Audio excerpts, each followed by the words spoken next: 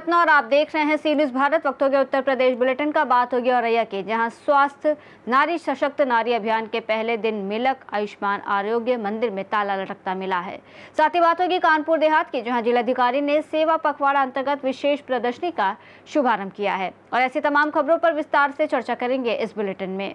खबर औरैया से, जहां हयाना कस्बा में खुशी इंटरप्राइजेस पर बड़ा आरोप। प्राइवेट दुकान से किसानों को एनपीके खाद की बोरी 1500 रुपए में बेची जा रही है। खाद सरकार द्वारा निर्धारित सब्सिडी दर पर मिलनी चाहिए थी। नियमों की अवहेलना कर ब्लैक मार्केट में बेचना पूरी तरीके से गैर कानूनी। यदि प्राइवेट दुकानदार महंगे दामों पर खाद बेचेगा तो एफसीआई एवं कृषि विभाग की तरफ से हो सकती है बड़ी कार्रवाई।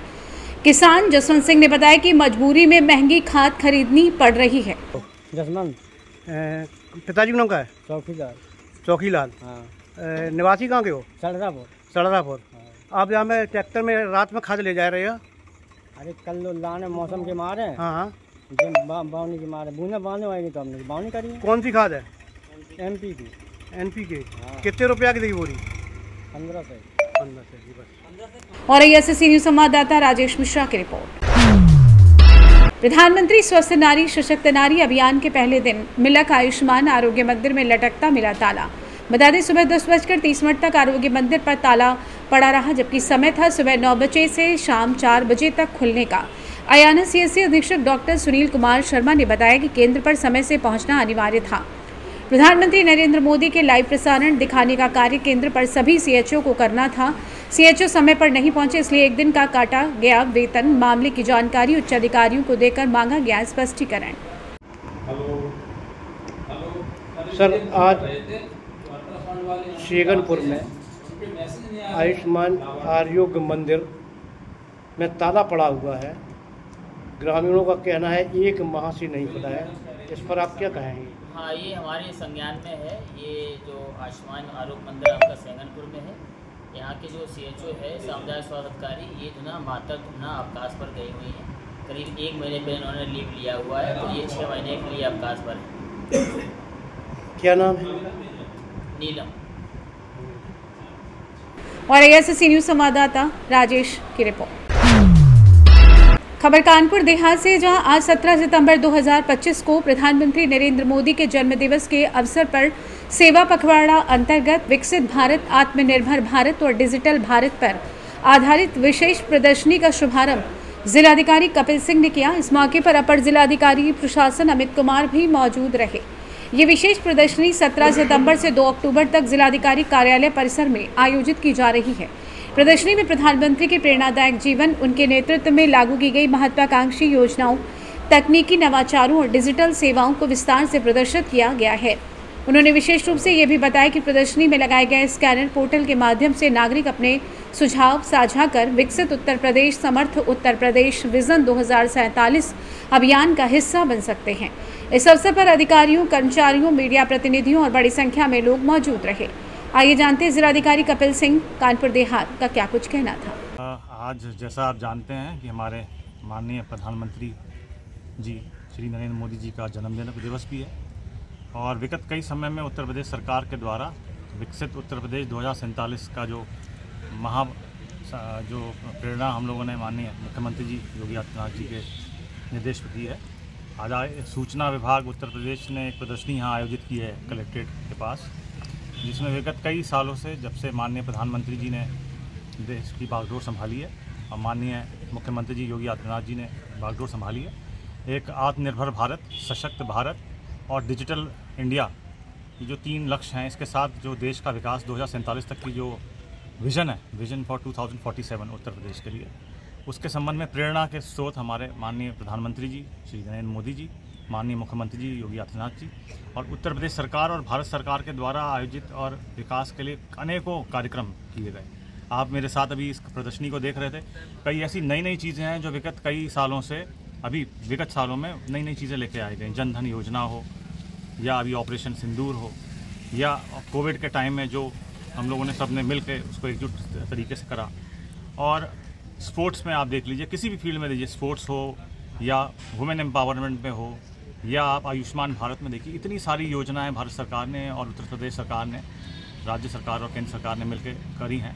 कई सारे लाभार्थी इसमें आए हैं और लोगों के सीधे सीधे डिजिटल इंडिया अगर आप देखेंगे तो सीधे सीधे जो है अब धनराशि जो लाभार्थियों के खाते में जाती है। आज से कई साल पहले तक कोई सोच नहीं पाता था, हम लोग तो नौकरी में काफ़ी पहले से हैं, बड़ी कठिनाइयाँ आती थी, लोग चक्कर काटते रहते थे, बैंकों में खाते खुल गए सबके और पैसा सीधे अब खातों में बैंक के खाते में जाता है। और अब अगर आप देखेंगे तो आपके मोबाइल में, हमारे मोबाइल पे अगर कोई व्यक्ति पैसा निकालना चाहे या ट्रांसफ़र करना चाहे, ये आज से 7-8 साल पहले तक कहाँ संभव हो पाया था। तो ये भारत सरकार और उत्तर प्रदेश सरकार की, केंद्र की और राज्य की योजनाएं हैं जिसकी वजह से एक सामान्य नागरिक के जीवन में सुधार आया, शिक्षा में सुधार आया, स्वास्थ्य में सुधार आया। और अगर आप फॉरेन पॉलिसी के पॉइंट ऑफ व्यू से देखिए तो अभी ऑपरेशन सिंदूर का मैं देख रहा था, यहाँ पे एक चित्र बना हुआ है, तो आप देखिए कि भारत हर तरह से सशक्त हो रहा है। और भारत के सशक्तिकरण की इस जो विज़न है माननीय प्रधानमंत्री जी की, उसमें माननीय मुख्यमंत्री जी ने भी उत्तर प्रदेश के लिए 2047 तक का जो विज़न है, समर्थ उत्तर प्रदेश के लिए, विकसित उत्तर प्रदेश के लिए, उसके लिए भी जो है हम इस प्रदर्शनी में आप कई सारे चित्र देखेंगे। और मैं आपके माध्यम से अपने दर्शकों को भी ये जानकारी देना चाहता हूँ कि यहाँ पे हम लोगों ने एक बार कोड और एक जो है वो दिया है, जिसके अंदर आपके सुझाव भी उत्तर प्रदेश सरकार ने, उत्तर प्रदेश शासन ने और यहाँ से कह लीजिए कानपुर देहात के नागरिकों के सुझाव मांगे जा रहे हैं कि आप 2047 की कैसे परिकल्पना करते हैं उत्तर प्रदेश की, आप क्या चाहते हैं कि 2047 के अंदर कौन कौन सी चीज़ें उत्तर प्रदेश के अंदर होनी चाहिए। तो आपके माध्यम से सभी कानपुर देहात के जनपद वासियों से, नगर वासियों से निवेदन भी करना चाहूँगा, आग्रह भी करना चाहूँगा कि आप इसमें जो बार कोड दिया हुआ है, जो इसके अंदर, उसको आप डाउनलोड करिए और उसके अंदर अपने सुझाव को भेजिए और हम सब मिल के जनपद कानपुर देहात को बेहतर बनाएं। अभी आप हाल ही में कल देख रहे थे, हम लोगों ने ट्रैफिक नियमों के लिए भी एक आह्वान छेड़ा है हमने और पुलिस अधीक्षक महोदया ने। तो हम नियमों का पालन करें, सारे नियम हमें एक अच्छे नागरिक बनाने के लिए और इस देश को सशक्त करने के लिए, उत्तर प्रदेश को सशक्त करने के लिए, और जितने विकास के कार्यक्रम हो रहे हैं उनमें हम भागीदारी अपनी रखें और जनता जो है वो सरकार के जो विभिन्न योजनाएं हैं उनका लाभ उठाए, उसकी और ये ध्यान आकर्षित करने का प्रयास था। बहुत सारी चीज़ें हो सकती हैं जिनमें अभी सुधार की आवश्यकता है, इसी के लिए सुझाव भी मांगे जा रहे हैं। अगर आप देखें जो 2047 का हमारा वो है, लेकिन साथ साथ ये भी देखिए कि हमको इस चीज़ को भी अप्रिशिएट करना चाहिए कि बहुत सारी चीज़ें जो है शासन ने और सरकार ने बहुत सारी चीज़ें जनता के लिए की हैं, उसको अप्रिशिएट करते हुए आपके सुझावों के साथ हम एक नए नैतिक बल के साथ, नई ऊर्जा के साथ माननीय प्रधानमंत्री जी के जन्म दिवस के दिन हम ये प्रेरणा लेते हैं कि हम आगे जाके हम सब मिलकर जनपद कानपुर देहात को और बेहतर जगह बनाएं। कानपुर देहात से सीनियर संवाददाता संजय तिवारी की रिपोर्ट। देश के यशस्वी प्रधानमंत्री नरेंद्र मोदी के जन्म दिवस पर बांगरमऊ विधायक ने बताया कि मोदी जी के जन्मदिन 17 सितंबर से लेकर राष्ट्रपिता महात्मा गांधी जी की जयंती 2 अक्टूबर तक सेवा पखवाड़े के अंतर्गत पार्टी द्वारा अनेक कार्यक्रम आयोजित किए जाएंगे, जिसमें आज प्रथम दिवस स्वच्छता से संबंधित कार्य किए गए। क्षेत्रीय विधायक ने सामुदायिक स्वास्थ्य केंद्र बांगरमऊ एवं फतेहपुर चौरासी पहुंचकर उन्होंने स्वस्थ नारी सशक्त परिवार अभियान का फीता काटकर शुभारंभ करने के साथ केक काटकर मोदी जी का जन्मदिन मनाया। इस दौरान फतेहपुर चौरासी में अमर शहीद गुलाब सिंह लोधी की प्रतिमा पर माल्यार्पण कर उनको नमन भी किया गया। मरीजों को फल वितरित किए गए। विधायक श्रीकांत कटियार ने बताया कि देश के प्रधानमंत्री नरेंद्र मोदी जी पिछले 11 वर्षों से सेवा भाव के माध्यम से काम कर रहे हैं। गरीबों को केंद्र में रखकर उन्होंने काम किया और योजनाएं बनाई। आयुष्मान भारत विश्व की सबसे बड़ी स्वास्थ्य योजना है। गरीबों को बेहतर सुविधाएं और उनको मुख्य धारा में लाने का कार्य मोदी जी ने किया है। गरीब की सेवा करना ही उनका मूल उद्देश्य है। इस दौरान सामुदायिक स्वास्थ्य केंद्र प्रभारी बांगरमऊ मुकेश कुमार, फतेहपुर चौरासी संजीव कुमार, भाजपा नेता नीरज गुप्ता, पूर्व जिला पंचायत सदस्य अतुल मिश्रा, मंडल अध्यक्ष संदीप सिंह, जगजीत राजपूत मौजूद रहे। सबसे पहले माननीय प्रधानमंत्री श्री नरेंद्र मोदी जी के इस जन्म दिवस के शुभ अवसर पर उन्होंने सेवा को कर्तव्य और संकल्प माना है, इसलिए आज हर जगह सेवा पखवाड़ा के रूप में गरीबों के लिए, पीड़ितों के लिए, अस्पतालों में मरीजों के लिए सुख दुख में जाकर के उनका हिस्सा बने। और माननीय प्रधानमंत्री जी एक ऐसे प्रधानमंत्री हैं जो अपने जन्म दिवस पर सभी गरीब, अंत्योदय जो लक्ष्य है, गरीब कमजोर जाकर के उनकी सेवा करने का काम करें। तमाम इसमें और भी हिस्से हैं। जो आज पहला दिन था, स्वच्छता का प्रमुखता से स्वच्छता का कार्यक्रम चल रहा है। उन्नाव बांगरमऊ से सीनियर संवाददाता सुशील यादव की रिपोर्ट। खबर उन्नाव से, जहां बांगरमऊ कोतवाली क्षेत्र के व्यस्ततम RS चौराहे पर बीती रात चोरों ने सुरक्षा व्यवस्था को धता बताते हुए एक साथ करीब 9 दुकानों का शटर तोड़कर चोरी की बड़ी वारदात को अंजाम दिया। चोर मेडिकल स्टोर, बेकरी, इलेक्ट्रॉनिक और सैलून सहित अन्य दुकानों में रखे हजारों रुपए के सामान और नकदी पार कर ले गए। घटना की जानकारी होते ही व्यापारियों में हड़कंप मच गया और सुबह दुकानों का शटर टूटा देखकर सभी में भारी आक्रोश देखने को मिला। सूचना पाकर बांगरमऊ कोतवाली पुलिस मौके पर पहुंची और घटनास्थल का बारीकी से निरीक्षण किया। कोतवाली प्रभारी चंद्रकांत ने मौके पर पहुंचकर दुकानों की जांच पड़ताल की और पीड़ित दुकानदारों से बातचीत कर घटना की जानकारी जुटाई। पुलिस ने चोरों तक पहुंचने के लिए फॉरेंसिक टीम और डॉग स्क्वाड की मदद ली है। व्यापारियों का कहना है कि आए दिन चोरी की घटनाएं हो रही हैं, लेकिन पुलिस सिर्फ औपचारिकता निभाकर रह जाती है। व्यापारी संगठनों ने मांग की है कि जल्द से जल्द आरोपियों को गिरफ्तार कर माल बरामद किया जाए। इंस्पेक्टर चंद्रकांत ने बताया कि घटना की गंभीरता को देखते हुए टीम गठित कर दी गई है और आसपास लगे CCTV कैमरों की फुटेज खंगाली जा रही है। वहीं पुलिस अधीक्षक दीपक भूकर ने कार्य में लापरवाही बरतने के मामले में कार्रवाई करते हुए 2 सिपाही कमल और अभिषेक को निलंबित कर दिया है। किस गांव में रहते हो? क्या हुआ है? चोरी हो गई। किस चीज़ में चोरी हुई है? किराना स्टोर थी। कहाँ पे दुकान है आपकी? RS चौराहा।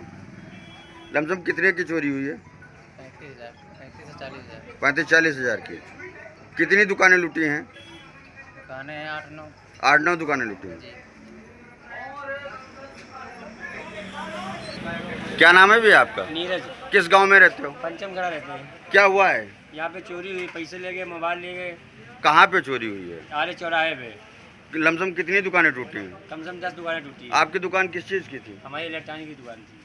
लमसम कितना नुकसान हुआ है आपको? लमसम 50,000 नुकसान हो गया। 50,000 का। किसी पे शंका है आप लोगों को? नहीं, शंका नहीं कोई। क्या नाम है आपका? सैनूर नाम है हमारा। किस गांव में रहते हो भैया? जोगीपुर में। क्या हुआ है आपके साथ? हमारी बाल कटिंग की दुकान है। कहाँ है ये? RS चौराहा पे है। क्या हुआ? दोनों ताला टूटे हैं और गोलक में पैसे रखे थे 3500 रुपये। गोलक का लाकर तोड़ के पैसे निकाल लिए। किसी पे शंका भी है आपको? अब ऐसे शंका क्या? क्या नाम है आपका? आरिज। किस गांव में रहते हो भैया? भगवंतपुर कोतवाली। क्या हुआ है? चोरी हो गई, शटर टूट गया। दुकान का? किस चीज़ की दुकान थी? जनसेवा केंद्र। जनसेवा केंद्र। पैसा निकाल के बैठा। लमसम कितना नुकसान हुआ है आपका? 20-22 हज़ार रुपये। 20-22 हज़ार रुपये। और किसी पे शंका तो नहीं है? उन्नाव बांगरमऊ से सी न्यूज़ संवाददाता सुशील यादव की रिपोर्ट। फिलहाल इस बुलेटिन में बस इतना ही। देश और दुनिया की तमाम बड़ी खबरों के लिए आप देखते रहिए सी न्यूज़ भारत।